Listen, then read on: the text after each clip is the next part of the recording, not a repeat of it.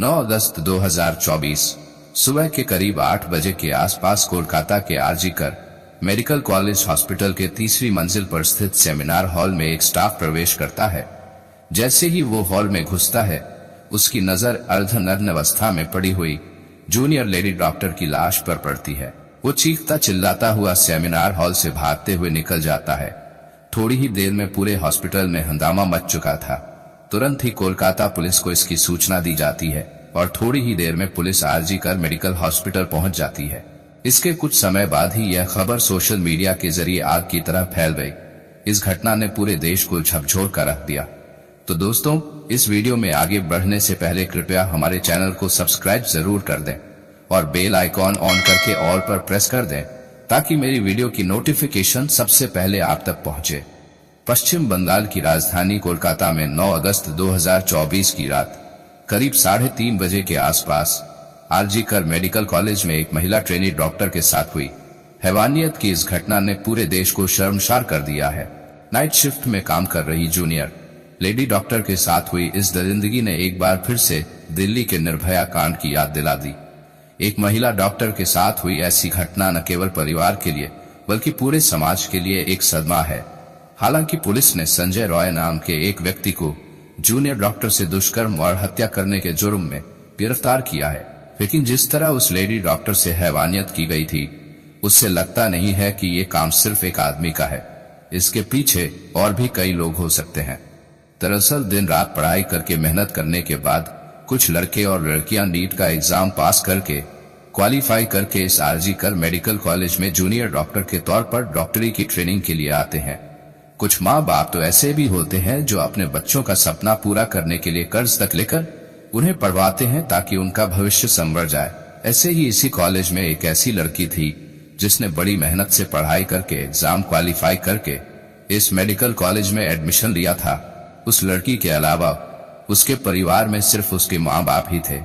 उसके माँ बाप का सपना था कि उनकी इकलौती बेटी पढ़ लिख कर डॉक्टर बने और बेटी का सपना था कि वो अपने माँ बाप के सपने को पूरा करे और उनको इस गरीबी के दलदल से बाहर निकाले। उसके पिता घर चलाने और अपनी बेटी को पढ़ाने के लिए बच्चों के स्कूल यूनिफॉर्म बेचा करते थे और उसी से वो अपना घर चला रहे थे और अपनी बेटी को भी पढ़ा रहे थे। उनकी बेटी ने MBBS की पढ़ाई पूरी कर ली थी। उसके बाद अब वह आरजी-कर मेडिकल कॉलेज में PG की सेकंड ईयर की स्टूडेंट थी। उसके माँ बाप बचपन से जो सपना देख रहे थे वह अब पूरा होने ही वाला था, क्योंकि उनकी बेटी डॉक्टर बनने वाली थी और उनके घर के हालात बदलने वाले थे। वो परिवार में पहली डॉक्टर बनने का गौरव हासिल करने वाली थी। उसकी सफलता न केवल उसके परिवार के लिए गौरव की बात थी, बल्कि वह अपने समुदाय के लिए भी प्रेरणा बन चुकी थी। मेडिकल कॉलेज में उसने खुद को साबित करने के लिए कड़ी मेहनत की। उसे हमेशा से ही मरीजों की सेवा करने की प्रेरणा थी। वह हमेशा मुस्कुराते हुए मरीजों की देखभाल करती थी और अपने काम के प्रति समर्पित थी, लेकिन कोई नहीं जानता था कि एक दिन यही समर्पण उससे भयानक अंत की ओर ले जाएगा। 8 अगस्त की रात को लगभग 11 बजे उसे उसकी मां का फोन कॉल आया। मां ने हर रोज की तरह अपनी बेटी की खैर खबर ली। जूनियर लेडी डॉक्टर ने मुस्कुराते हुए जवाब दिया, मां मैं ठीक हूँ। उस समय वह मरीजों को देखने जा रही थी। ये उनका आखिरी संवाद था। मां को यह संतोष था कि उनकी बेटी अपने काम में व्यस्त है और सुरक्षित है, लेकिन नियति कुछ और ही खेल खेल रही थी। रात 12 बजे के आसपास जूनियर डॉक्टर ने अपने 2 जूनियर सहयोगियों के साथ बैठकर हंसी मजाक के बीच खाना खाई। उसके बाद उन्होंने कहा कि वे काफी थकी हुई हैं और अब सोने के लिए सेमिनार हॉल में जा रही हैं। किसी ने सोचा भी नहीं था कि उस दिन उसका आखिरी दिन होगा। 9 अगस्त 2024 की सुबह के लगभग 10 बजे के आसपास कोलकाता के आरजी-कर मेडिकल कॉलेज हॉस्पिटल से जूनियर लेडी डॉक्टर के पिता को एक कॉल आया। हॉस्पिटल से फोन करने वाले ने कहा, क्या आप जूनियर लेडी डॉक्टर के पिताजी बात कर रहे हैं? तब उन्होंने कहा, हाँ। इसके बाद हॉस्पिटल वाले की बात सुनकर उस पिता के पैरों तले से जमीन खिसक गई। उसने कहा, जितनी जल्दी हो सके आप अस्पताल पहुंच जाइए। आपकी बेटी की तबीयत बहुत ज्यादा खराब है। पिता को इस खबर पर यकीन नहीं हुआ। उनकी बेटी जो रात में बिल्कुल ठीक थी, अचानक से उसे ऐसा क्या हो गया? वह कुछ पूछ पाते इससे पहले ही फोन कट गया। पिता ने घबराहट में दोबारा कॉल किया और लड़खड़ाते हुई आवाज में पूछा, मेरी बेटी को क्या हुआ है? उधर से जवाब मिला, सर आपकी बेटी ने अपनी जीवन लीला समाप्त कर ली है। इतना सुनते ही पिता की आंखों से आंसू निकल आए। यह खबर सुनते ही माँ भी फूट फूट कर रोने लगी। उसके बाद दोनों बिना देरी किए अस्पताल की ओर रवाना हुए। जब वे दोनों अस्पताल पहुंचे तो यह खबर पूरे शहर में आग की तरह फैल चुकी थी। आरजीकर अस्पताल में अफरा तफरी का माहौल था। लेडी डॉक्टर का शरीर अर्धनग्न अवस्था में खून से लथपथ और जख्मों से भरा पड़ा था। लेडी डॉक्टर के शरीर पर जगह जगह चोट के निशान थे और उनकी गर्दन की हड्डी टूटी हुई थी। आंखों से, मुंह से, बाएं पैर और निजी अंगों से भी खून बह रहा था। उसकी एक उंगली भी टूटी हुई थी। यह कोई साधारण मौत नहीं थी, बल्कि बर्बरता की सारी हदें पार की जा चुकी थी। बेटी की हालत को देखकर पिता और माँ दोनों टूट जाते हैं। इस भयानक घटना की खबर ने पूरे अस्पताल के सभी डॉक्टरों, नर्सों और कर्मचारियों को हिलाकर रख दिया। जैसे ही यह खबर अस्पताल से बाहर निकली तो सोशल मीडिया पर आग की तरह फैलने लगी और पूरे देश में गुस्से की लहर दौड़ गई। अस्पताल के बाहर लोगों का जमावड़ा होना शुरू हो गया। डॉक्टरों और नर्सों ने धरना प्रदर्शन शुरू कर दिया। लोगों की बस एक ही मांग थी, न्याय और दोषियों को सख्त से सख्त सजा देना। बढ़ते दबाव के चलते इस मामले की जांच बहुत तेजी से शुरू हुई। शुरुआत में अस्पताल प्रशासन ने इसे एक आत्महत्या के रूप में पेश करने की कोशिश की थी। जूनियर लेडी डॉक्टर के शरीर के कई जगह पर घाव और उसकी टूटी हुई गर्दन की हड्डी, यह सभी संकेत देते थे कि यह मामला साधारण तो बिल्कुल भी नहीं है, जो कि पोस्टमार्टम की रिपोर्ट ने साबित कर दिया था कि यह आत्महत्या नहीं है। यह घटना केवल एक परिवार का दर्द नहीं, बल्कि पूरे देश का सवाल बन गई थी। ममता बनर्जी की सरकार भी इस मामले को लेकर दबाव में आ गई थी। जांच के दौरान सेमिनार हॉल के पास के सीसीटीवी फुटेज खंगाले गए। इसमें कुछ संदिग्ध गतिविधियां देखी गई। जांच के दौरान संजय रॉय नाम का एक आदमी सामने आया, जो कोलकाता पुलिस का सहायक के रूप में कार्य करता था। वह अक्सर अस्पताल में आता जाता था। वो मरीजों से पैसे लेकर उनको हॉस्पिटल में एडमिट करता और उनको सुविधा मुहैया कराने का काम करता था। उसी जांच के दौरान पुलिस को सेमिनार हॉल के पास एक ब्लूटूथ डिवाइस मिला।